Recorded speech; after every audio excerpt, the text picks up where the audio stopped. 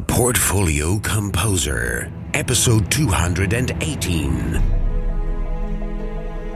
You're listening to the Portfolio Composer podcast with your host and coach, Garrett Hope, where he teaches you what it takes to master the business end of writing music through mindset, marketing, and business skills. Make sure to sign up for the newsletter at theportfoliocomposer.com for exclusive offers, business insights, and information not shared on the podcast. And now, for this episode of the Portfolio Composer. As income grows, the discomfort stays the same. The difficulty, the struggle, the hassle. And the problem is that increased income typically won't improve your financial situation because you bring your habits with you. You just go into debt more. You make more money, you just spend it on more stuff. The problem isn't the level of income. The problem is what we do with our income. The problem is our money habits. And the Latte Factor is a way of getting at the issue of financial freedom as a function of your everyday habits. And that's what this man Henry is teaching Zoe in the course of the book. This episode is brought to you by Dorico, the music notation software from Steinberg.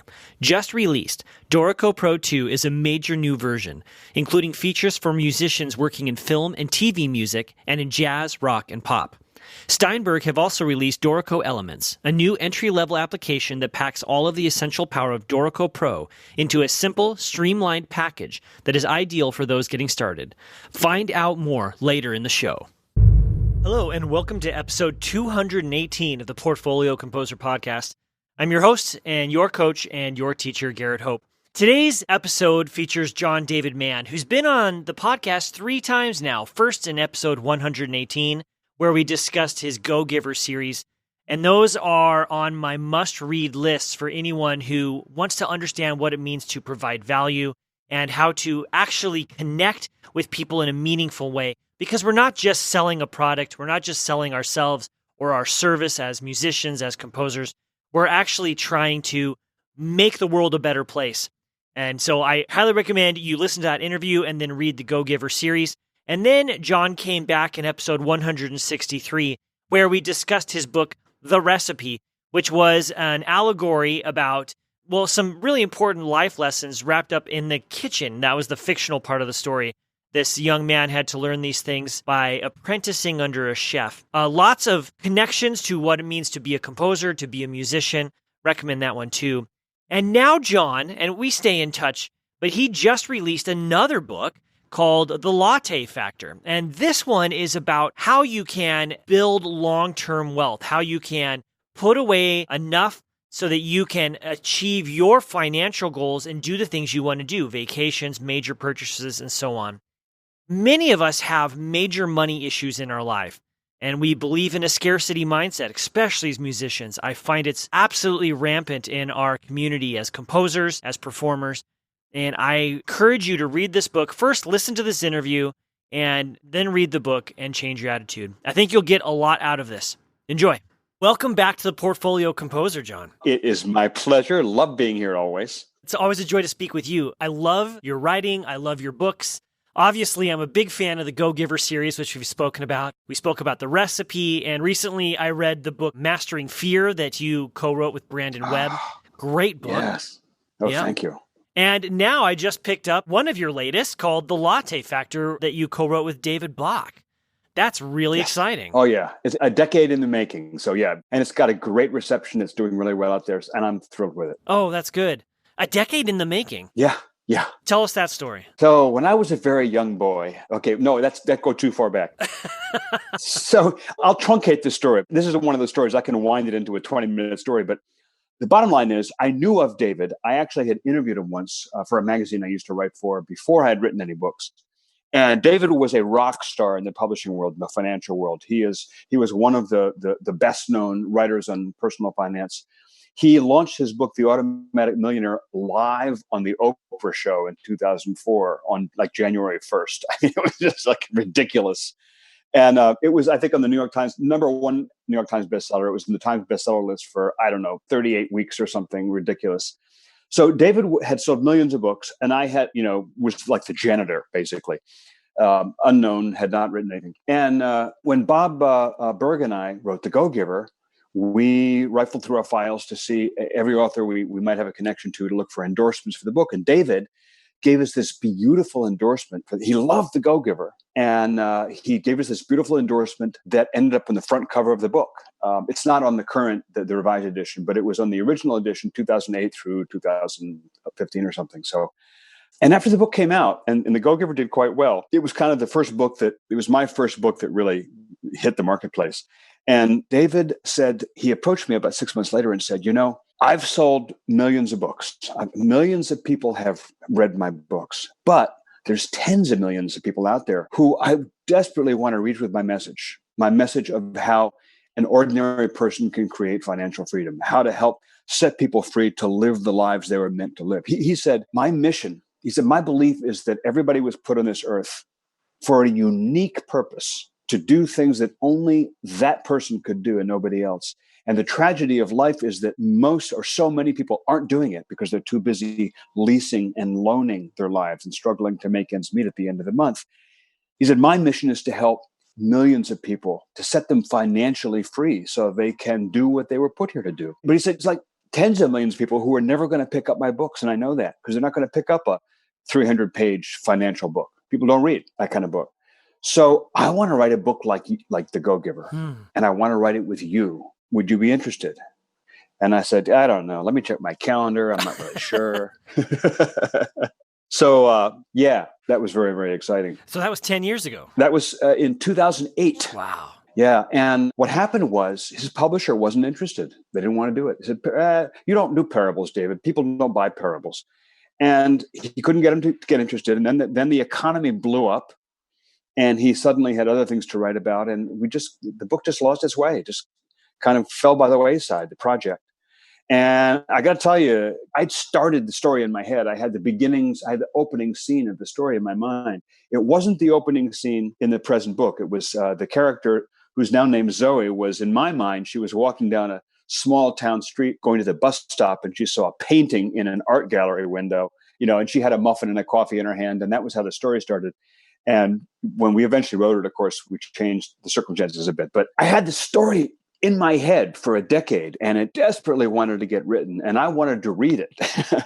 And what happened was David was sitting one night with Paulo Coelho, the author of The Alchemist. Mm-hmm. He had helped Paulo launch a new book in the US, and they were eating together and talking. And Paulo asked him what he was up to. And he said, got this book and this book and this book. He said, but there's this story that I'd really like to write. That's like your books. That's what I really want to do, reach people with a story. And Paulo looks at him. Apparently they've been drinking quite a bit. And so David goes, I love you, man. And Paulo says, I love you too. No, I'm kidding. I'm making that part up. Paulo looks up in the eye and says, then David, you must do it. And you know how it is when you've been hearing something, you've heard it from other people, but when you hear it from this certain person or at this certain time, suddenly it clicks and it makes sense. And that was what it was for David. He said he went home to his wife and said, I got to do this book. So he hunted me down and said, hey, you still want to do that? And I said, yeah, your publisher doesn't want to do it. And he said, well, screw him. I got a new publisher. And he did. And we did. And we finally wrote it. And it just came out a few weeks ago and it hit all the bestseller lists. And it's just doing really, really well. And it's so thrilling after a decade to have it out there. Right. Okay, so there's a timing issue here that seems kind of serendipitous. I mean, there's the encouragement from Paulo and others, but why is now the right time? Because you said it kind of went off track when we entered the recession in 2008, but so why is now the right time? I believe that any time would have been the right time. Okay. I believe that this book would have done just as well 10 years ago as now. But the stars lined up in terms of David's publishing life and in terms of our partnership. So, I think The Go-Giver, it was the same. I think Bob and I could have put The Go-Giver out. Honestly, I think we could have put it out in the 70s or the 80s, and I think it would have been fine.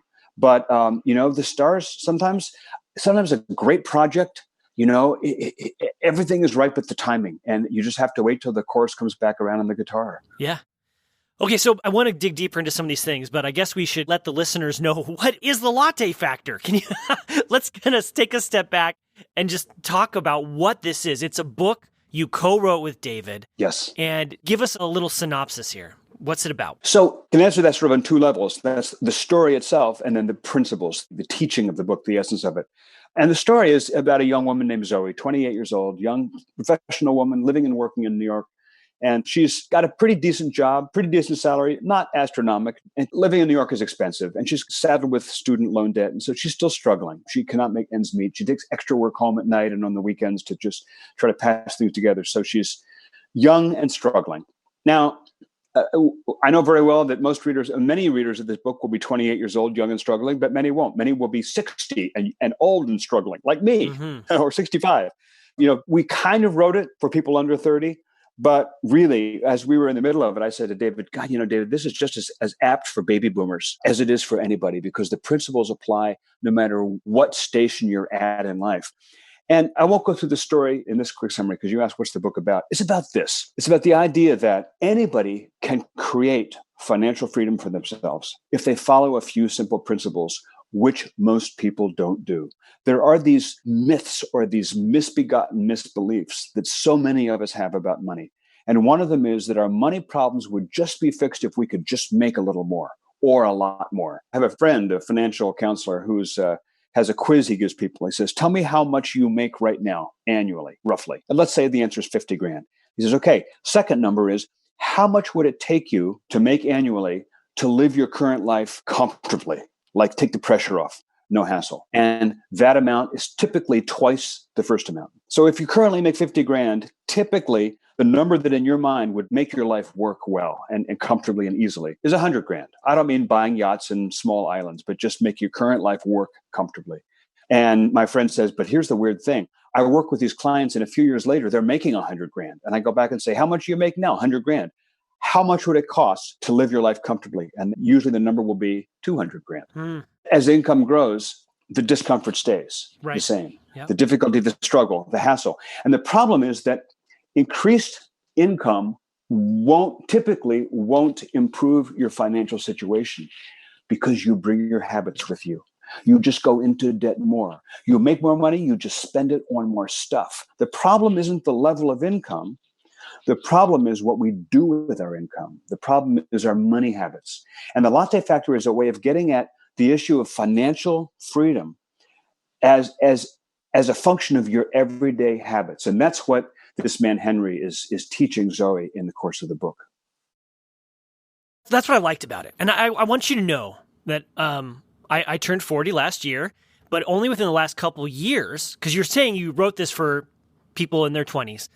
I started applying these principles. Now, I'd encountered them in other areas, and I love the way you sum it up. But the idea of paying yourself first and battling these money myths, it's made a huge difference in my financial life. And so I want to just take a moment here to talk about more of these money myths, because obviously this podcast is for composers and many musicians of listen to it, whether they're performers or composers or whatever.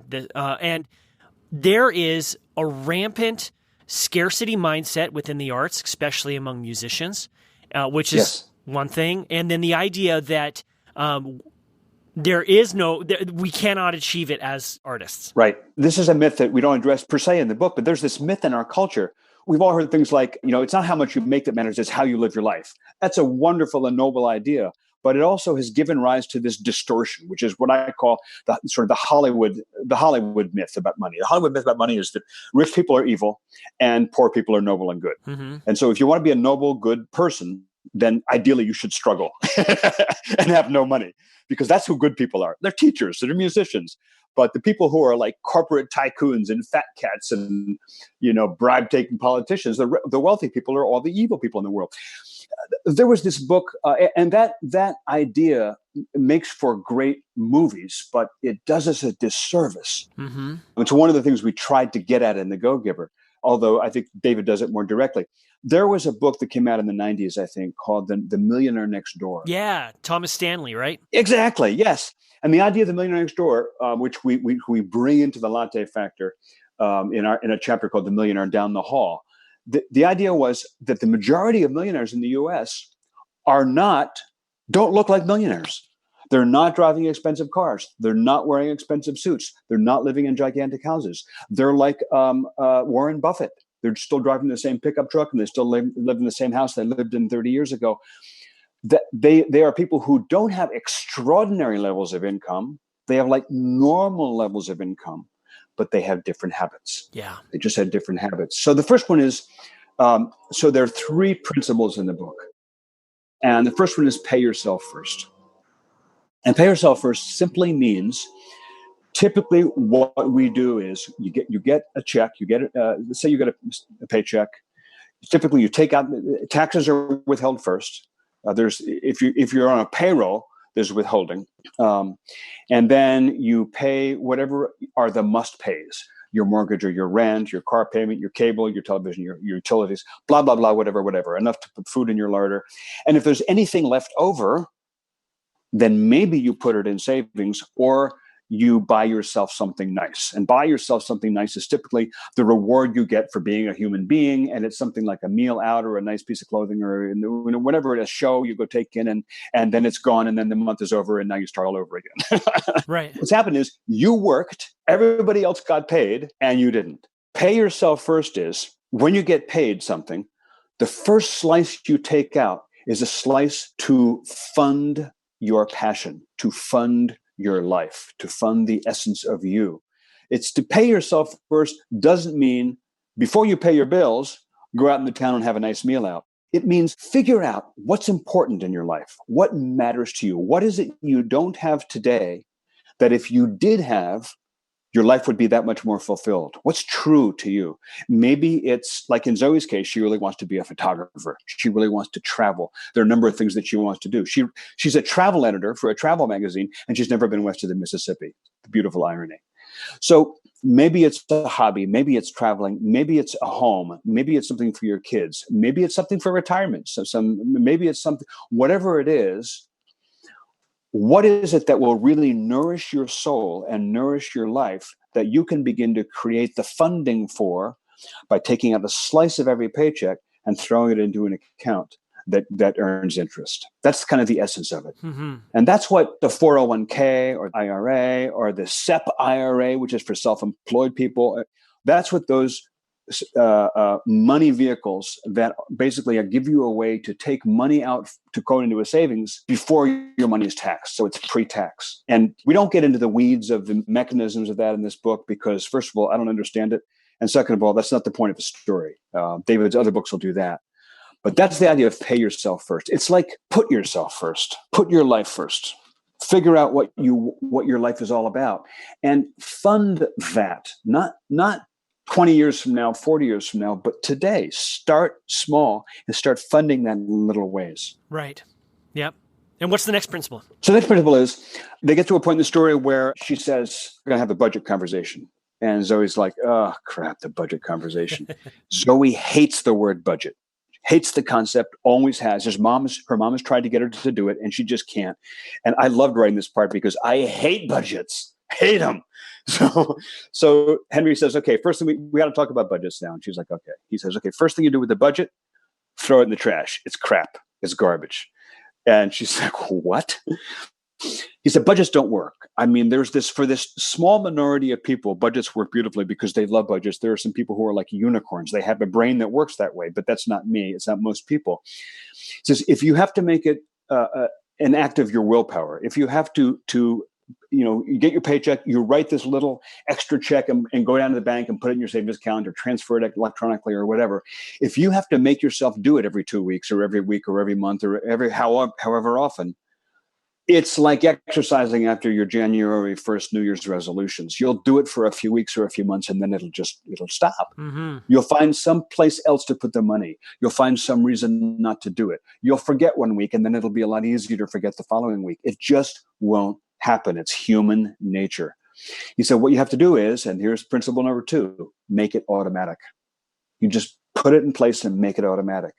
Like he gives the example, for years in the past, we used to the way taxes were set up, we used to have to take money ourselves out of our paychecks and pay the government when it was tax time. And people would have already spent their money, and so they didn't have it. And so it was a big problem.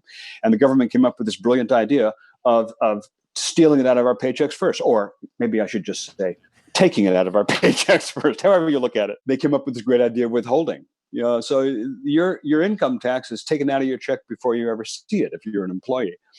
Well, you do the same thing with yourself. You set it up automatically. so that, again, if you're an employee, then you set it up with your employer so that automatically a piece peels off and goes in your 401k, or you can set it up so automatically several pieces go off into different accounts, whatever. But you set it up as an automatic mechanism, which is really easy to do these days because so much of our banking and bill paying is online. Set up your bills to pay automatically so that, let's say you pay your credit card 5, 6, 7 days late because you just forget, you don't get around to it, which is something that I've done for decades. I've paid things late because money was tight or I forgot. And you're accruing little bits of interest and late charges that are totally unnecessary, but it's just because you didn't get around to, or you weren't set up, or you weren't organized. Make it automatic. Mm-hmm. Set it up so they pay automatically, and just let go by clockwork. And then you never have to think about it, and then you can't interrupt it. Set it up and let it run. Yeah. And the third principle? The third principle is, we saved it for last, but it's kind of where it starts. The third principle in the book is called Live Rich Now. And live rich now means,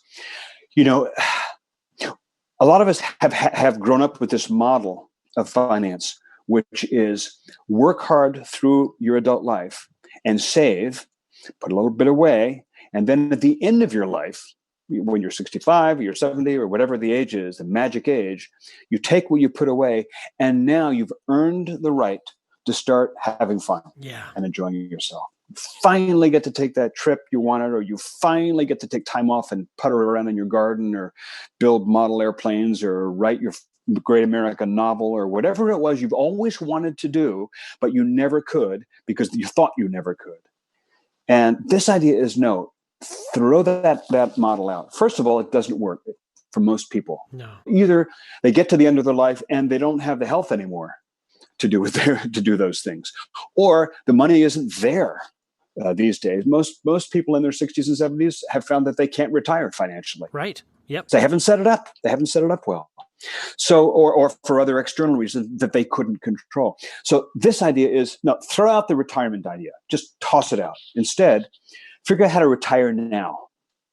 And by retire now, I don't mean stop working. I mean, decide what matters to you.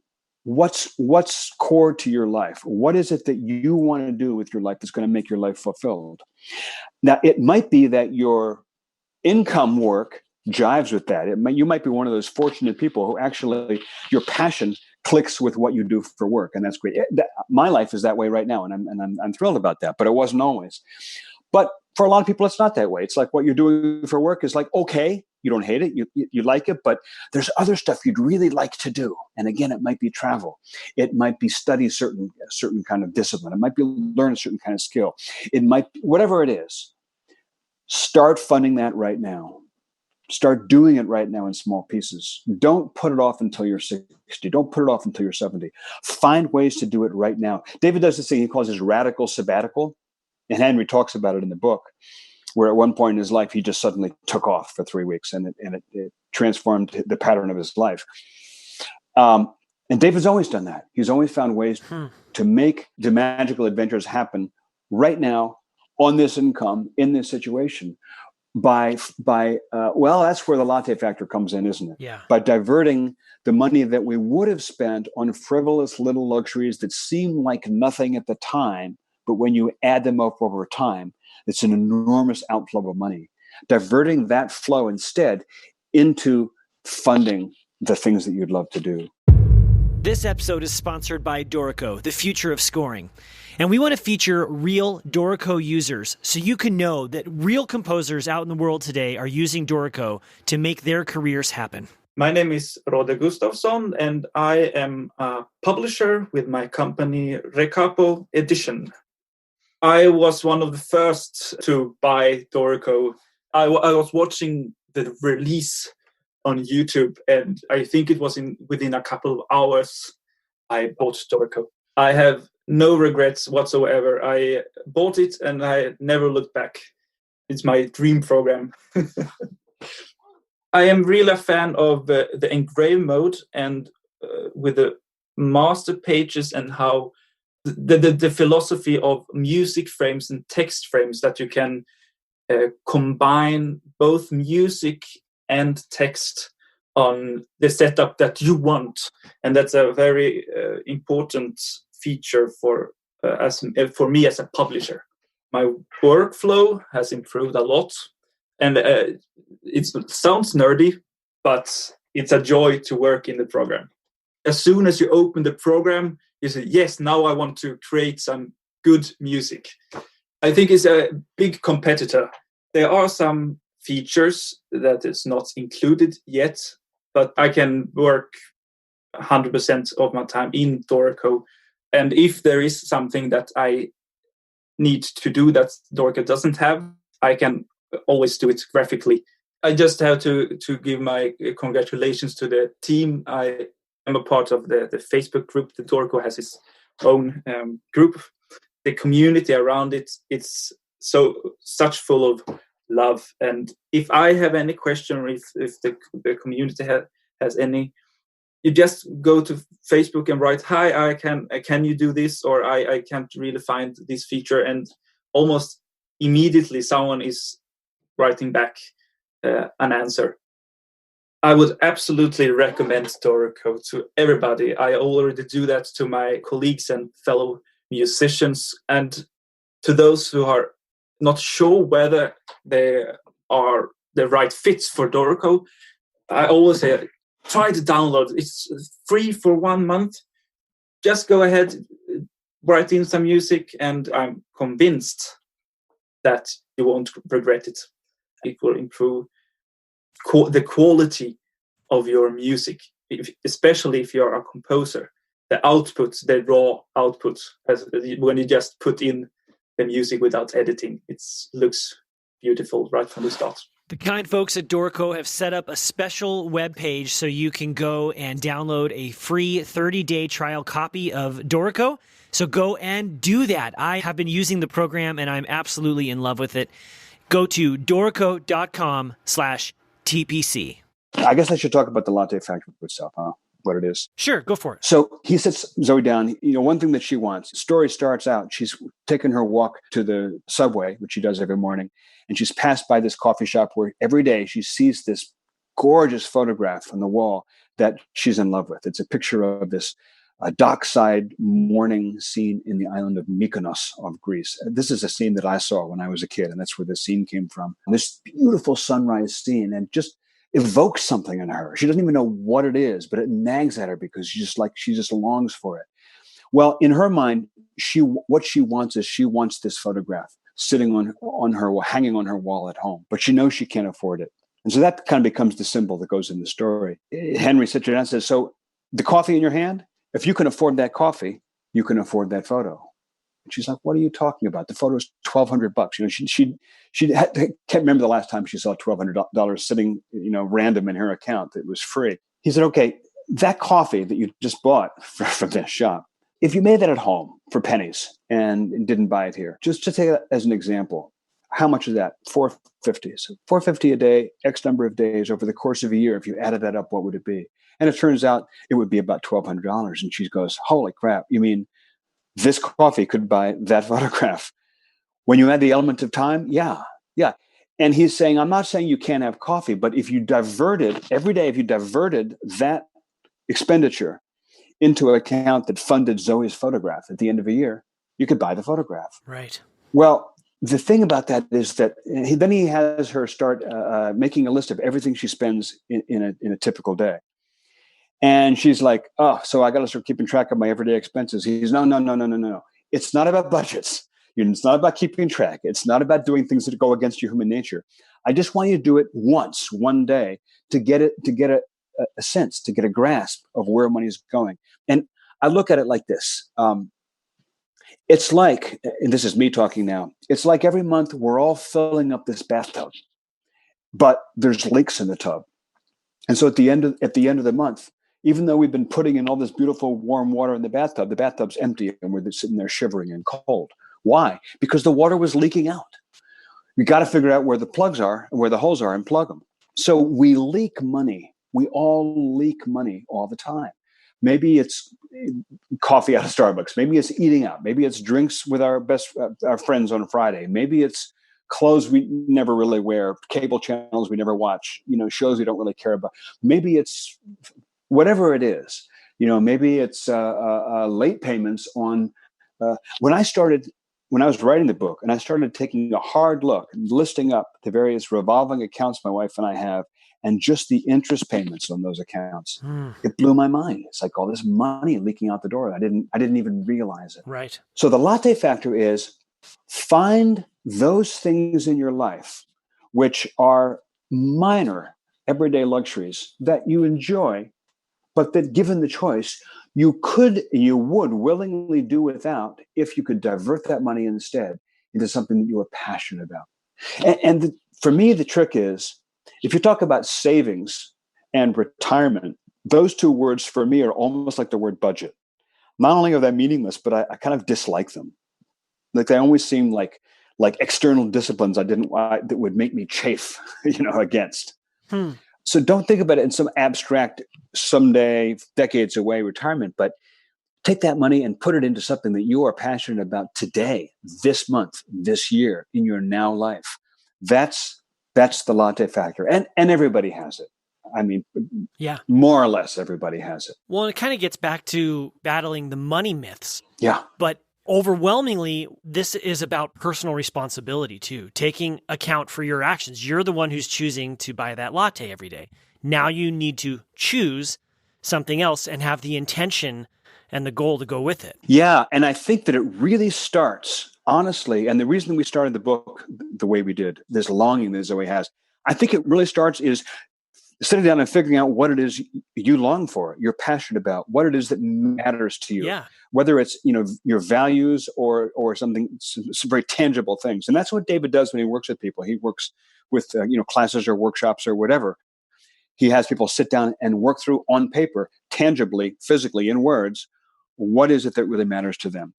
Because until you know what matters to you, this is all abstraction. Money is meaningless. I used to say money is like tofu. It has no taste of its own. Mm-hmm. The flavor that money has is the flavor you give it by what you use it to purchase.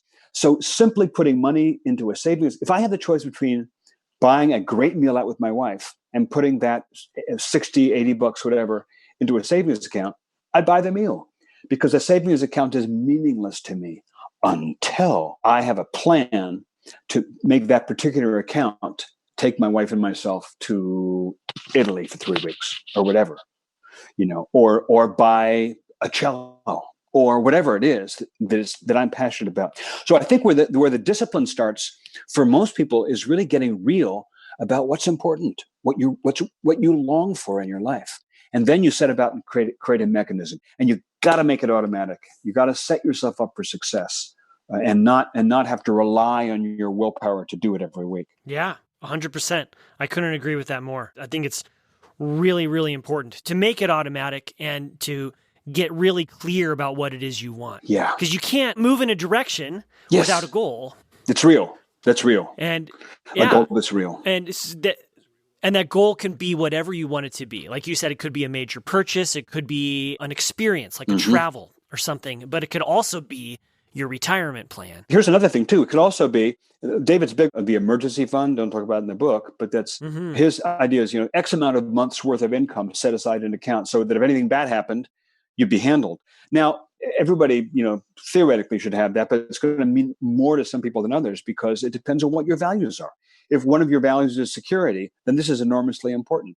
Yeah. It's funny. The number one cause of marital problems, money. Yeah. Number one cause of marital problems. But it's not the lack of money that causes the problem. It's by and large, it's the lack of talking about money. And there's a couple in the book, in the Latte Factor, who kind of dramatize that. And I found that to be true also in my own life. Couples typically have a very difficult time talking about money. And it's because it requires you to sit down and get really honest and vulnerable and open. And when you can do that, I think it is one of the most powerfully positive steps for a relationship you can possibly take. Just in the same way that not doing it is one of the most destructive forces in a relationship. And it all comes down to really, what's real to me? What do I care about? What am I doing? And not being in denial about that. Yep. My coach says that it's because we learned our money habits from watching our parents, and we tried to understand what they were doing with money, whether they were modeling it well or not. as a child. And so you kind of grasp this as a 9-year-old, and then we hold on to that 9-year-old's understanding for the rest of our lives. Yeah. And so we're like children who don't really understand what money is and how it works, and we're trying to manage our lives. And it's about re-educating ourselves and saying, okay, what really is money? It's a measure of value, right? It's just a flow. It's not good. It's not bad. Having it is not good. Not having it is not bad. It's just a thing. Yeah. Yeah. And how do you move forward? Money is a lot like water. It really is. Because it flows. Yeah. It flows through our life. It can leak out. It can pour in. And you may think that, if you're having a problem with the garden, that having a tremendous amount more water in the garden is going to solve your garden problems. Then you have a deluge for 2 days, and then everything dries up, and now the water's suffering. The garden's suffering again. It's because you have to manage the flow, man. Yeah, absolutely you do. You've mentioned how you've done some self-reflecting about your financial world while you were writing this book. Yeah. What do you think has been the most surprising thing for you as you've gone through this experience? I think for me, the most surprising thing has been when I put into words myth number one. There are in the book, as well as three secrets to financial freedom, there are also 3 myths of money that she goes through at one point.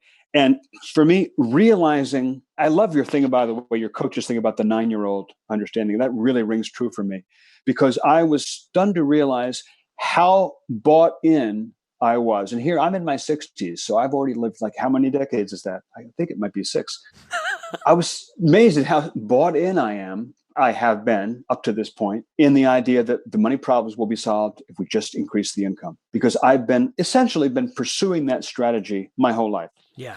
It's like I've made a lot of money at times. I've lost a lot of money at times. I've gone through bankruptcy. I had very dramatic ups and downs in my financial life.